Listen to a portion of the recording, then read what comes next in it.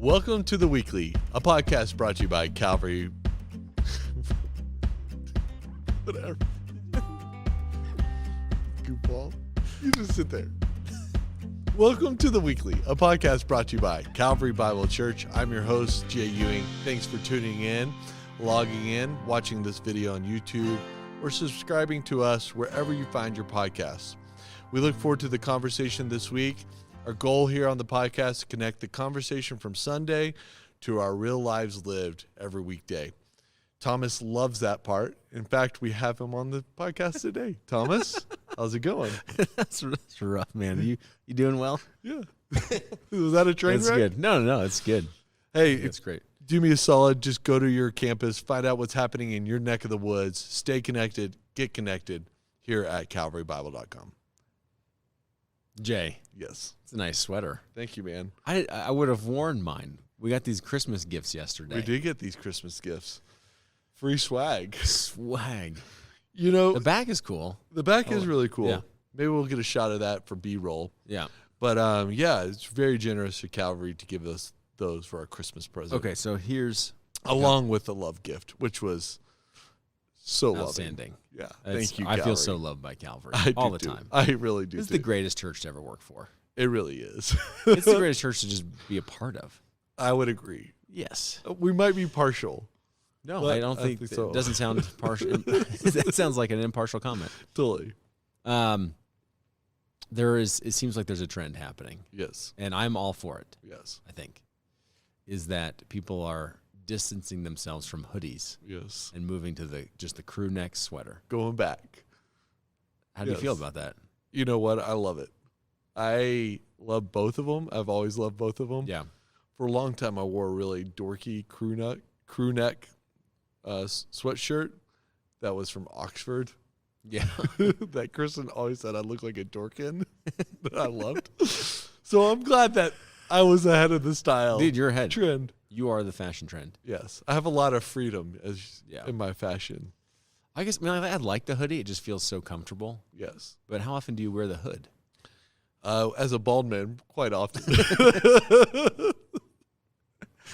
Quite often. Especially for get a hat. Yeah. Yeah. Okay. In the wintertime, it's hard to remember a hat. In the summer, it's not because you're like, if I don't bring a hat, I will be sunburned. Sunburnt, for sure. But in the winter, it's all right to forget. All right. All right. What are we talking about today? Yeah, totally. Hey, you're People you're don't not- even appreciate the banter. You're not steering this conversation. Oh, yeah. I know you played host last week. That's great. But sit back and relax. Did you watch the episode did. or did you listen to it? I watched it. Yeah. Yeah, it was great. We're The no longer B-roll. in the studio. I missed the studio. We are not in the seats today. No. I think that the Calvary Cup should come back. I completely agree with our senior pastor. It should come back. That was a great story. Yeah. If you missed it, you need to go listen to a sermon, Yep. at least the first 5 minutes, Yeah. and then listen to the first 5 minutes of the weekly last week, and you will know and be caught up. But what do you think about the Calvary Cup?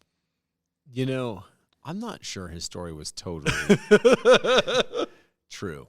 But Yes, 100% accurate. yeah, I remember they had won it. The Calvary Cup is this trophy that was given to the campus that won a golf scramble. Right. The Boulder campus has some great golfers. Mm-hmm. Like really great golfers. Yeah. Yeah. And I think they won it like 3 years in a row. Yeah. And then I may have like stacked a team or two Mm-hmm. to help bring it to the Erie campus. But yeah, so the Calvary Cup got lost. Like, I remember the year that we won it. I was there. yeah. I played on a foursome. That Did you win it for us? Were No. you on the team? Oh, okay.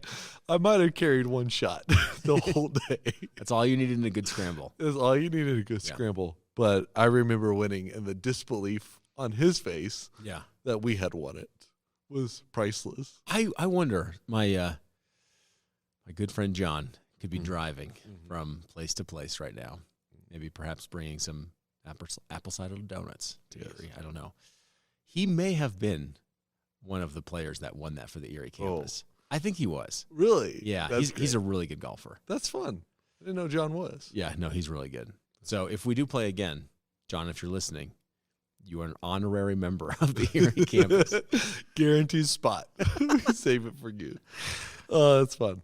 Yes, but it is good to be at Calvary and to be a part of this church. It's really interesting to come back after Christmas break, this Advent season, the Christmas series, and then step back into 1 Corinthians, because we are stepping into some deep waters, it feels like. Well, I don't know. What I feel like is happening is Paul has given a large chunk of his letter. Mm-hmm.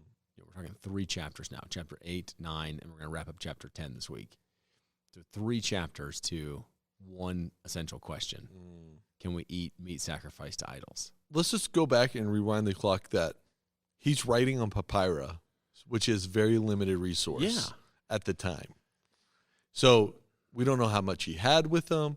We don't know those things. But if you're going to give that much time in papyrus to something, it must be that important. Yeah. I think it's 3 chapters of the Bible are devoted to this.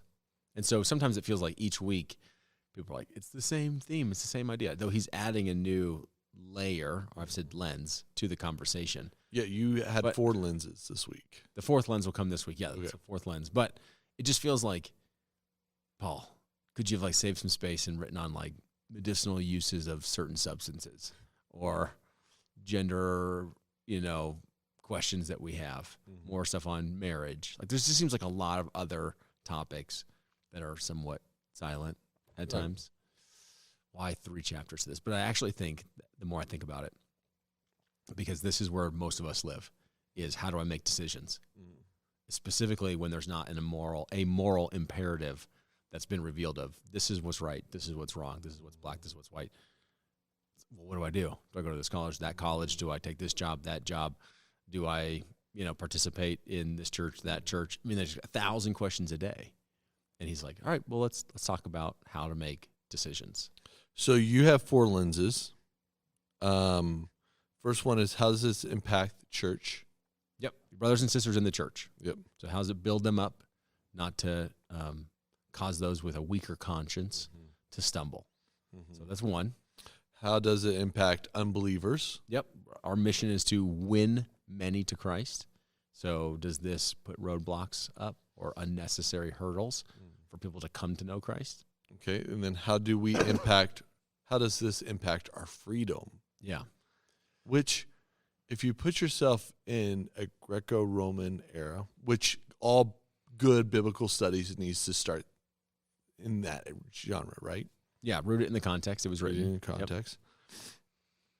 Yep. Is he talking about the freedom that you and I think about, like personal freedom, America, bald eagles, rights, Bill of Rights, human dignity written within the law of the land? Or is he thinking about a Roman expression of this, of authority, freedom, in a way that I'm not anticipating? That's a harder question. Yeah, I think it's more rooted in Christian liberties. Okay. So Christ accomplished a lot for us to set us free from a lot of religious requirements, specifically wrapped up in temple worship, things that are clean, unclean, ceremonial events that would happen that are all fulfilled in Christ. Well, if you've been living in a world that has been practicing those things for some time and now are told that you're free from some of those activities, it's going to cause some conflict.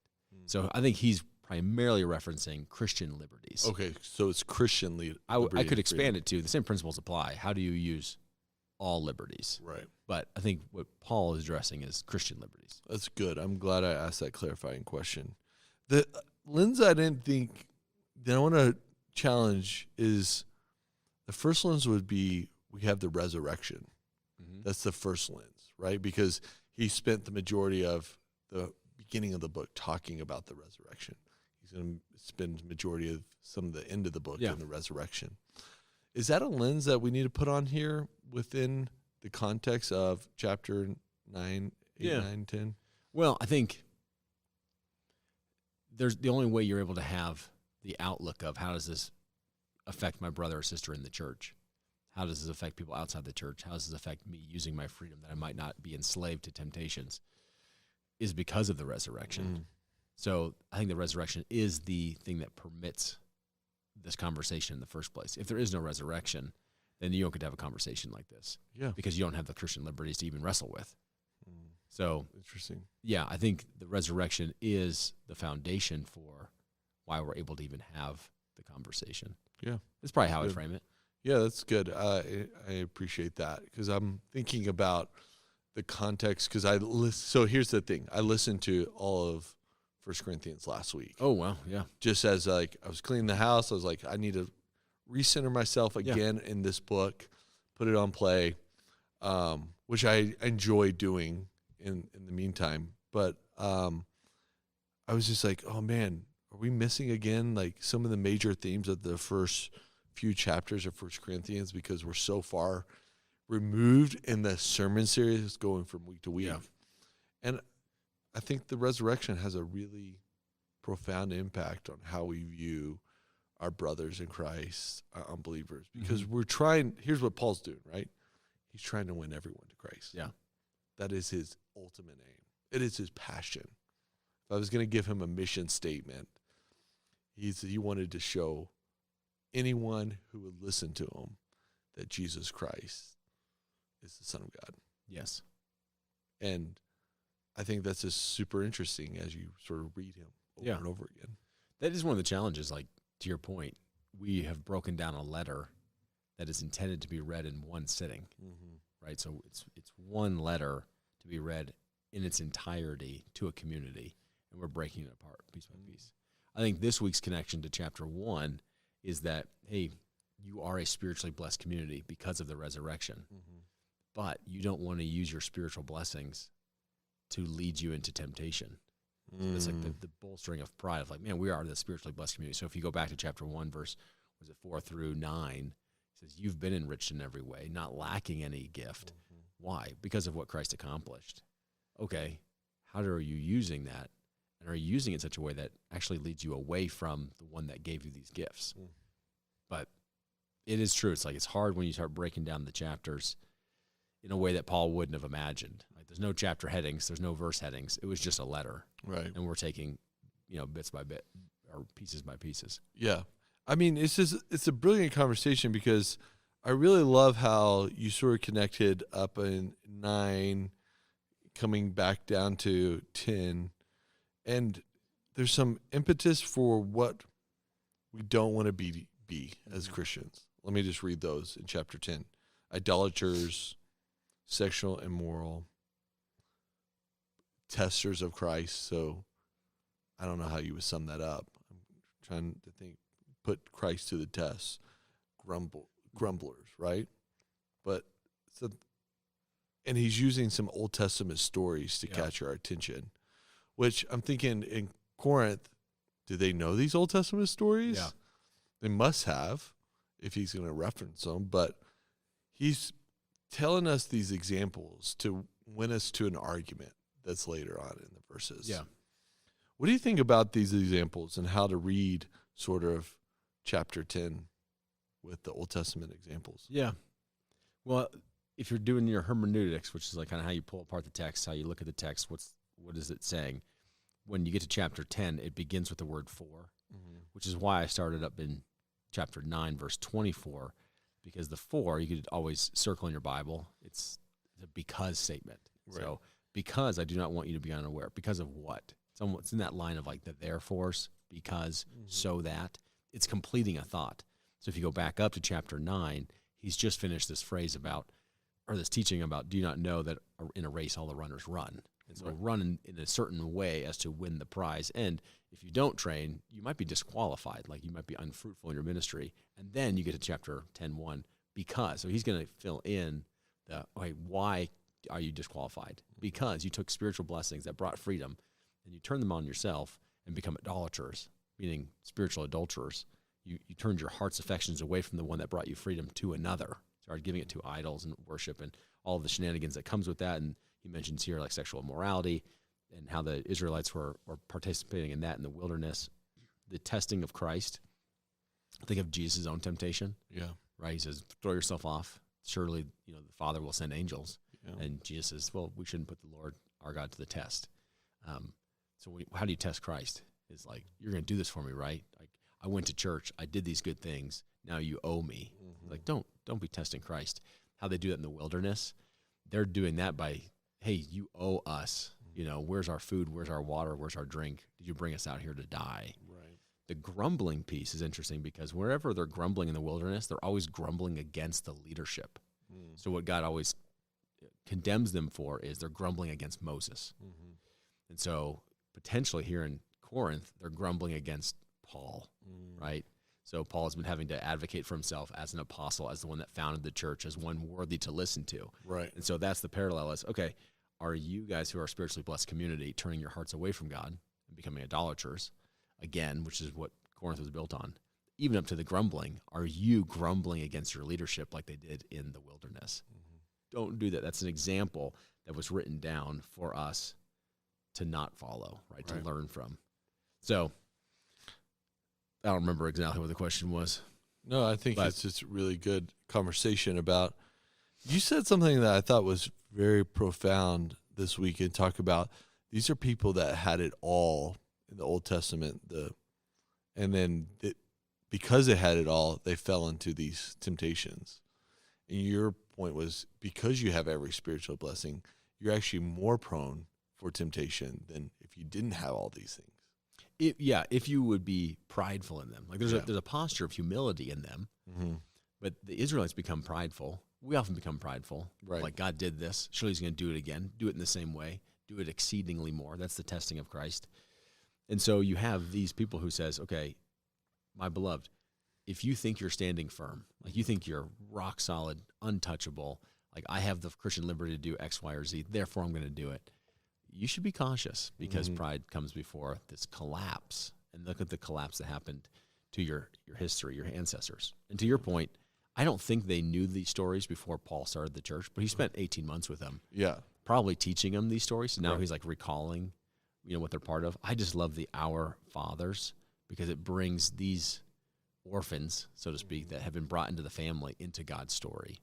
So Gentiles who didn't grow up in Jewish homes, do you know who our Father? You've been brought into this new family. It's just so cool. I had a really curious question about, how does Paul view the Old Testament and how does he apply it to himself and his own reading? We get a sense of how he does it here. Yeah. I mean, I was even just doing a staff devotion on this, and I was like, oh, Paul has a hermeneutic of the Old Testament that's sort of on a display. It's not these figurative stories. They're real stories, right? Yeah. And he mines them for the spiritual principle. Is that generous or is that stingy on? I don't know. I mean, smarter people than I could probably describe it in a better way. I think for me, I've always thought of it this way: is Paul knows his Old Testament. Jesus has come to fulfill the Old Testament. So now Paul, who knows his Old Testament and knows what Jesus has accomplished, is helping a New Testament community see what the implications will be now living. So instead of living out of just the Old Testament, it's living out of the Old Testament fulfilled in Jesus Christ, putting these two pieces together. I think his view is always, okay, Jesus came. Right. What does this reinterpret maybe almost of the Old Testament? Or not even reinterpret, but like fulfill. Like what mysteries were unknown before Christ that are now known. Right. Not puzzles to be solved, but just things that were unknown that are now known. So for example, yeah, a really strange one. Like that rock that provided water in the wilderness was Christ. That's what I'm getting to. It's like, okay, Paul. Okay, well, yeah. He was ushered on by the Holy Spirit, so he's not making this up on himself. No, but I think on his own. I think what Jesus does this too, right? When he's talking to those who are claiming Abraham as their father, and Jesus says to them in John, before Abraham was, I am.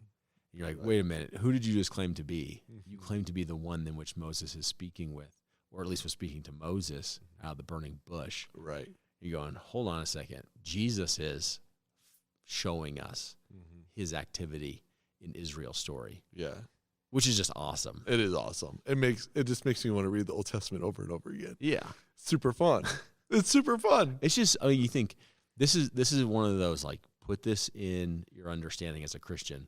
It wasn't there was a big bad God in Israel's story, and then Jesus came and we all like Jesus. Right. It's like Jesus was part of the whole story the whole time. Right. Like maybe Jacob wrestling with Jesus, Jesus in the story of the rock of being with Moses. I mean, it's awesome. Yeah. Even like the strangeness of the fathers were all under the cloud and all passed through the sea and all were baptized into Moses, into the cloud and in the sea. You're like, I thought they're just fleeing from Pharaoh. And God did a miraculous work. Yeah. You're like, there's more here at stake. Yeah. There's an identity in which they inherit from these actions that we inherit from Jesus and being baptized into him. He's like, yeah, it's the same. It's like you came through the sea, through the water. Yeah. And were united in the mission of Moses. Right. You're like, I thought we were just running. Yeah, totally. And it's just like, great. How is Paul reading the Old Testament? Yeah. And how imaginative, maybe that's a word to use in this place, that he's thinking about where he sees Christ in a way that's creative, ushered in by the Holy Spirit. I want to give guardrails. He's just not making this up on himself, by himself, right? But he's really thinking. The apostles do this quite often in the epistles. I think of even Peter in his own epistle has some interesting things about the Old Testament. I think the difference, though, is from like you and me doing it. Right. Yeah, that would be helpful. What's the difference? They actually talked to Jesus. Yeah, that's great. So like probably Jesus is like, hey, you want to hear something pretty wild? I was the rock. Yeah. And you're like, what? And they didn't document it in the Gospels, but they because knew remember that, on the road to Emmaus, right, Jesus is walking with these disciples, explaining how all of this had to transpire from the Old Testament. Right. And then he shows himself in the Old Testament from beginning to end. Right. You're like, so he's the one that taught them this. Yeah. And John says that if they try to encapsulate everything that Jesus taught or said, there'd be volumes upon volumes. It can't happen. So clearly it's something they knew. Maybe now with AI, it could have been cataloged. All right. I think the most important thing about chapter 10 is this in verse 13, is God is faithful, and he will not let you be tempted beyond your ability, but with the temptation, he will also provide the way of escape that you may be able to endure it. That's your real life lived this week in this podcast. Yeah. It's like, man, I'm tempted. I want to make it out. I can't withstand this temptation. There's no way I could do it. I think, and he says, okay, actually, you talked about it's not him fleeing from temptation, him going through it. I think that's I was trying to bring out on Sunday. It's like, I don't know what that means, but I think you're right. Yeah. It's hard because that's not what it feels like. It doesn't feel like I failed because I failed to see the way out. Mm-hmm. It feels like I failed because I'm not able to get out. At least that's my experience. Right. Whereas this text is saying, hey, Thomas, if you've ever told yourself you failed because there wasn't a way out, that's a lie. Right. You missed the way out. So let's just talk about the way out, because Hebrews 4, which we went to, we have a great high priest who's come to us. I pulled it up. We have a great high priest who has passed through the heavens, Jesus, the Son of God. Let us hold fast our confession, for we do not have a high priest who is unable to sympathize with our weaknesses, but who in every respect has been tempted as we are, yet without sin. So then, with confidence, let us draw near to the throne of grace, that we might receive mercy and find grace to help in our time of need. So the goal is not by your confidence. That's what he's saying to these guys who think that you are totally free to do all these things. It's self-confidence or overconfidence. Right. But we cling to Jesus. So let us, with confidence, draw near to the throne of grace. That's what we need in times of temptation. We might receive mercy. And Jesus was tempted in all the ways that we are. Mm-hmm. And there are real temptations. Right. And 100% of the time, it says that he never failed. So 100% of the time, he endured it. And I love what Hebrews goes on to say, is considered him who endured these things to death. Like, we haven't resisted to the point of death. Yeah. Or sweating blood. Yeah. So it's like whenever I gave up before it killed me. Yeah. Which means there was more to go. Jesus found the way through 100% of the time. So my encouragement is link up to Jesus, who can show me the way through. Now, here's the challenge, I think. We didn't get into this on Sunday. What begins as a moral decision, so should I drink this eat this, look at this, watch this, whatever. You just put it in a category. Can become a habit that now your body has a muscle memory to. Yes. It's really hard to break muscle memory. So then, like, we feel like we're caught in these decisions that you're like, well, I don't even know am I choosing this anymore? Right. I don't feel consciously choosing this. I would think it'd be Romans 7. I do what I don't want to do. Yeah. It's him wrestling that out. Exactly. Right. And so you have the person who, like, a moral decision was like, I'm going to be drinking to amend whatever these feelings are. Well, now my body, every time I feel this way, the muscle memory is drink. Right. And so it's very, very challenging. And I think you nailed it. It's like, I'm doing things I don't want to do. Now where am I? And Paul says it, like, what a wretched man am I? Who will save me from this body of death? And then, thanks be to God. Thanks be to God. That Jesus Christ came. And that's what I think Hebrews is saying is, it's not you. Right. Is if you want any help, you need to first turn over to the Lord, which the best recovery systems, so I think the roots are Christian, and now they're different, but it's recognizing that you're powerless. Yeah. And recognizing that you need Jesus Christ. Right. First and foremost. It's like a higher power, sure. Jesus is what you need. Right. Then you need people to help you. Now, the danger of, I think, relying only on community, and Perry brought this up in his message, which is really helpful, is this whole text is saturated with communal language. Right. So community is not enough to keep you on the straight and narrow, so to speak, because they all sinned and displeased God as a community. Yeah. Yeah. But they are a resource in the midst of temptation. So, like in my own temptations, it's like, okay, preemptively, were there things that I could have done? Yep. Unscheduled free time, not super helpful for me, right? If you're in the midst of it, could I call my friend Jay? Can someone come pick me up? Right. Is there someone I should have let know? Are there boundaries I can put in place? There are a lot of things. And if we just look at it and say, those are a lot of things I just didn't want to do. Yeah. Yeah, it's because our ultimate aim is not to please God in a lot of ways. Yeah. I think a lot of temptation comes down to we're just unaware of God himself is in the room. Yeah. God himself is in the situation. Yeah. And we're not even to the point where we could be like Jesus and go through temptation to death. Yeah. Because most of the time we live lives not even God aware of the reality of that. Which I think is going to be, that's where our fourth lens is. Right. So consider those cool. in the church, consider those outside the church, consider yourself, that this freedom doesn't lead you into temptation and away from the Lord. Right. And then this fourth lens at the very end, what does he say? Whether I eat or drink, I do it all to the glory of God. Yeah. So he's going to put this fourth layer on to say, okay, you're asking, can I do this? I'm asking you, does that action bring glory to God? Right. And how do you eat and drink to the glory of God? That's Sunday's conversation. Yeah, I'm curious the question I would have in heaven to the Israelites is, did you think God was busy when he was meeting with Moses that you thought you needed to catch his attention again with the golden calf? Because you're just unaware of God. You know what I mean? Yeah. You didn't know that he actually could do both things at the same time. I don't know. That's just interesting to me. Think about that. Most of the ways in which I fail in being tempted is that I'm just not present to there's a present God. Yeah. Because, it's like what John says, Jesus says this too. It's like we love our deeds of darkness because in darkness, you're unaware that there's a present of light. It's like, yeah, totally. Yeah, so in isolation, right? Secrecy. So one of the ways that you get out of temptations is you bring it out of secrecy, out of isolation. Those are two very practical steps. Right. It's like, where's the area that you're failing?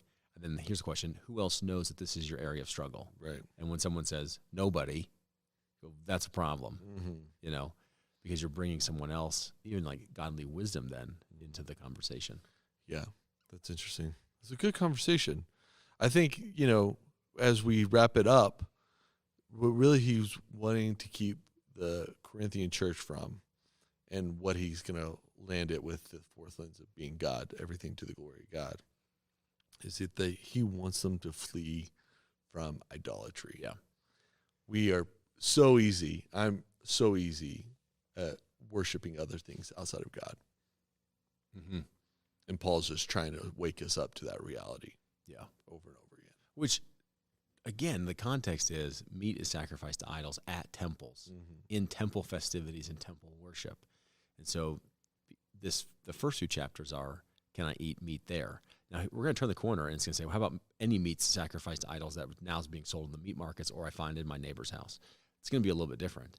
But there, or in this past few chapters, Paul's like, why are you trying to get so close to the temptations that are availing themselves to you? Like, it's not worth it. Yeah. So maybe you have the liberty, sure, but you think you're going to stand firm there at the temple worship? Like, we all have been there. Right. Like, our hearts can so quickly get attached to these things. Why are you trying to get so close to it? Get close to the Lord. Stay connected to God. That's awesome.